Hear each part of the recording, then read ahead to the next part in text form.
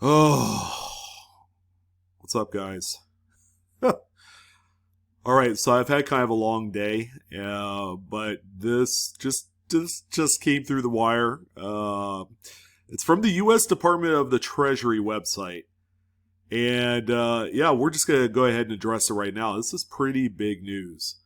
You'll have to pardon me because I've been working around the clock today. I did a total of 5 videos. I'm actually trying to crank open more videos on my other channel, Blue Ridge Collectibles, and it's just been nonstop videos today and editing and all sorts of great stuff. And yeah, I've been sleeping like shit lately with the change in temperature and oh man, it hits me hard the same time every year. But anyways, enough about me. You guys are here to look at something very, very important, and we're going to talk about it. The U.S. Department of the Treasury had announced today through a press release that they are announcing a new U.S. Mint acting director. Oh my goodness. For those of you that don't know, the outgoing Mint director, Mr. David Ryder, has been knocking it out of the park with some of the U.S. Mint releases, among a few other things. We're going to talk a little bit about his kind of like legacy before moving on, and the ramifications of having a new U.S. Mint director coming in right now.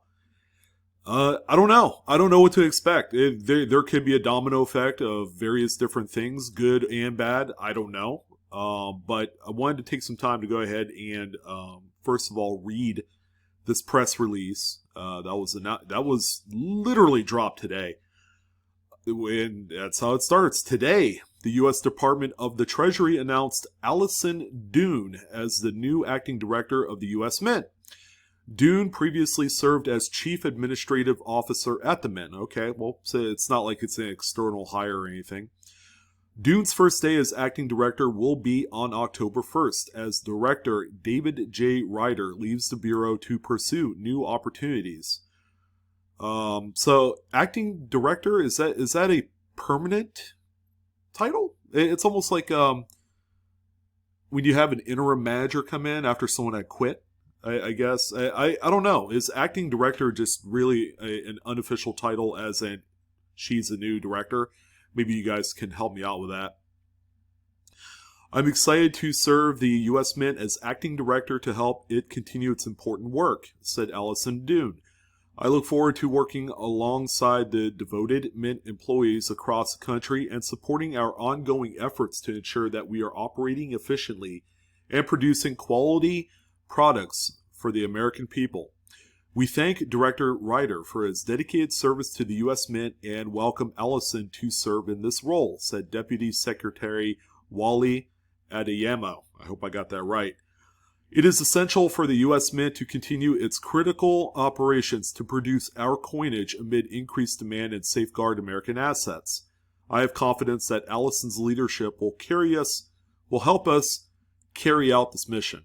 It was an honor to serve as the 34th and the 39th director of the U.S. Mint, said Director David J. Ryder. During this global pandemic, the U.S. Mint has showcased American excellence. Not only did the Mint meet its primary mission of producing circulating coinage, but it generated near-record revenue by introducing wildly popular numismatic products at a time in which many of its peers around the world ceased operations.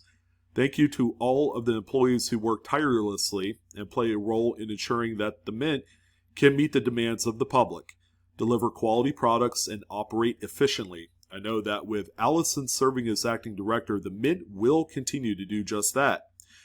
Dune, a member of the Senior Executive Service since 2004, has served as the Mint's Chief Administrative Officer since March 2021.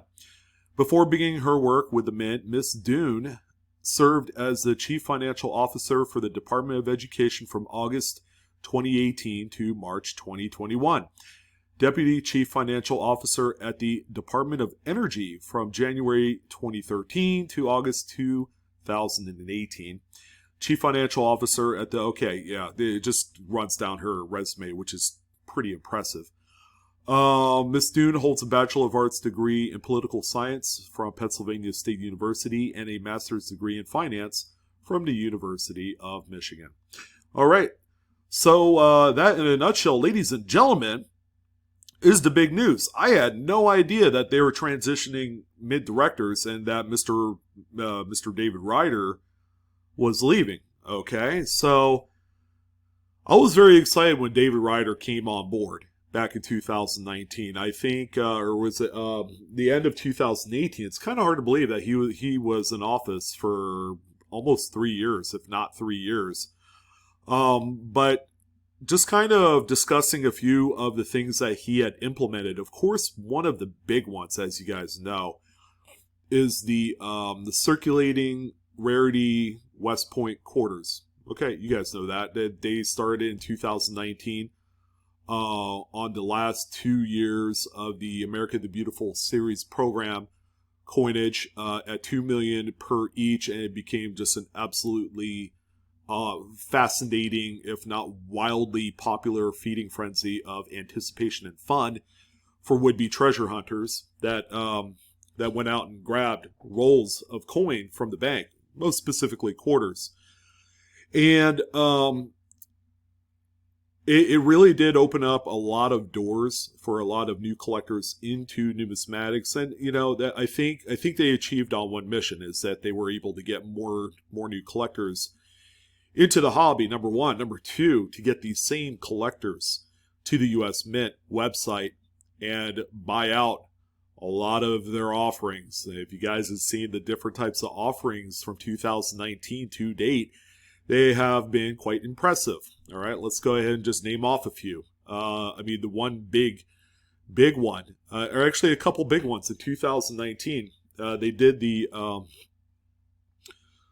Two Nations set with the Royal Canadian Mint, Maple Leaf, and the Silver Eagle, both kind of they were both like enhanced or whatever in one set. That was a huge deal with a very, very nice low mintage. But the big one for 2019 was indeed that 2019S enhanced reverse Silver Eagle. Okay, both in which were kind of like his idea, his brain trust, his child, his baby, his little baby cakes. 2020, it didn't stop there. There were a myriad of various awesome programs. It's hard to kind of remiss also the West Point Lincoln sets that he thought about and put into proof sets. Silver and clad proof sets, and the uncirculated set as well in 2019, and did the same in 2020, with exception of the final U.S. Mint set. I don't know what happened there, if he didn't quite get the green light to produce a Jefferson Nickel West Point coin, but I'm not hating for for that, or things happen for sure. I don't know what happened there. That's not going to be a blight, obviously, on his legacy. Not at all. Whatever happened. We were in the middle of a pandemic, so what have you. We could only just kind of dream now of in 2020 West Point, uncirculated Jefferson Nickel. Okay, it would have been awesome if there was one. But just all the different types of Silver Eagle programs between 2019 to 2021. There was a changeover this year, in case you guys were living in a cave. Most people were living in a cave. It was just a strange year. But the outgoing reverse of 1986 with the new incoming reverse of 2021, not to mention all of the Morgan and Peace dollar programs that were being released this year, and the most recent one was the 2-coin executive set of Silver Eagles that are reverse proof. And that was kind of it. That was the last thing. Now some of us, myself included, are wondering, okay, now is this officially the end of any sort of like really hip, awesome idea of producing like rarities and seeing them circulate into coinage? Not necessarily. I mean, this new acting director, Allison Dune, it was working with David Ryder. They shared a lot of those same ideas. Okay, of course, it's not all completely David Ryder's, say so as to what gets done. Everything has to pass through legislation, anyways.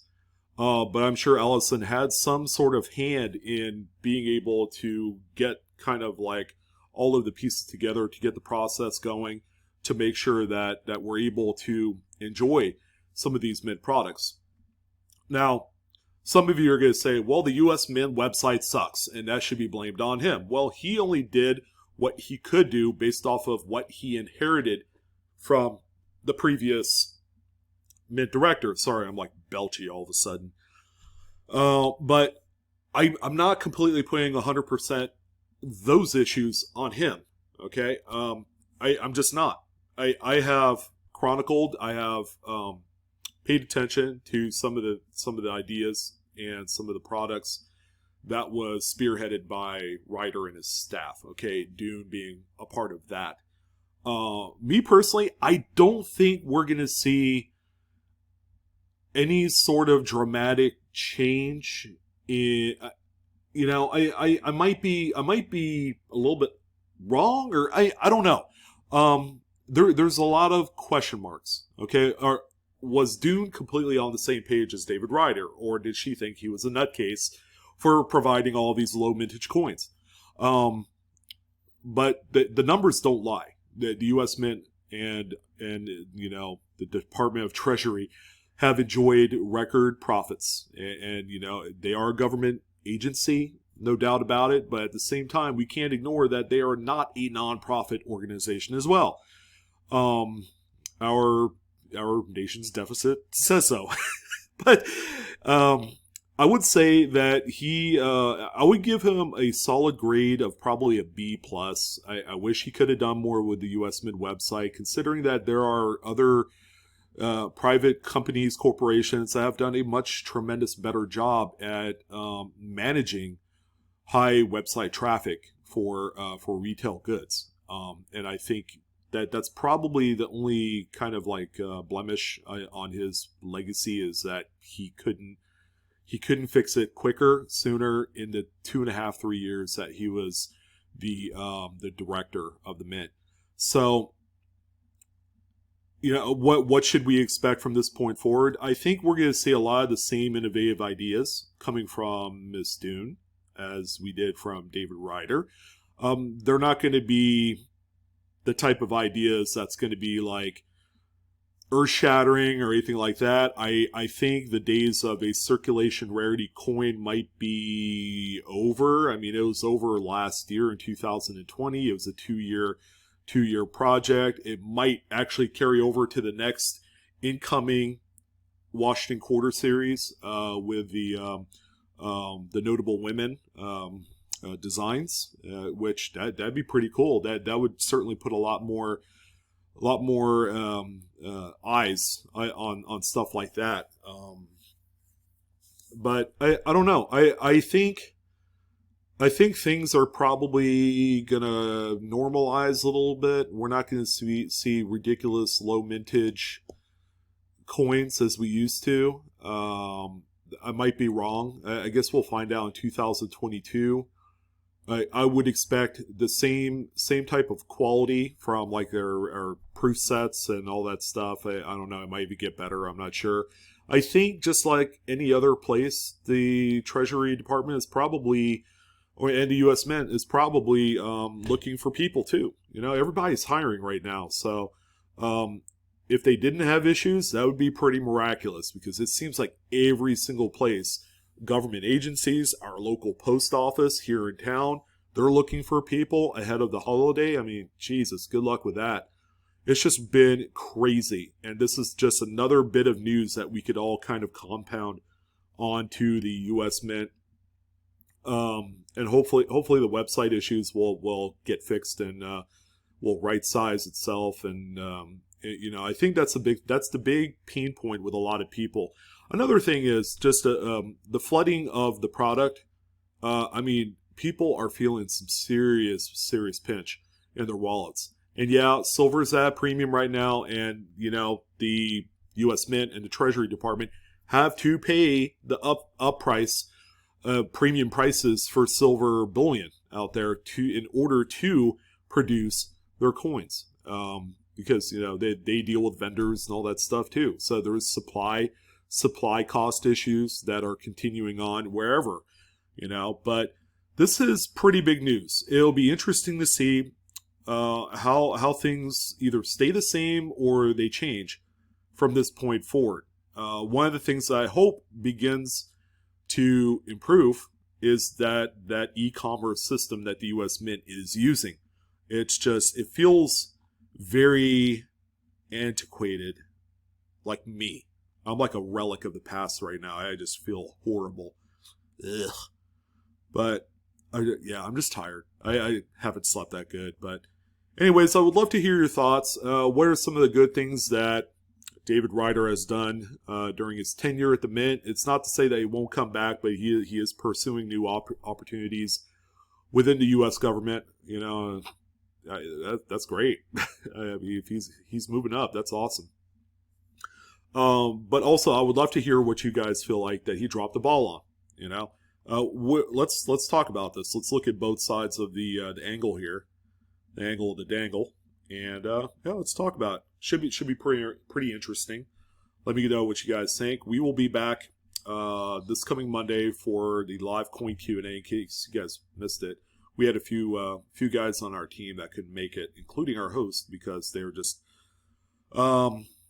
they needed to recharge their batteries. That's cool.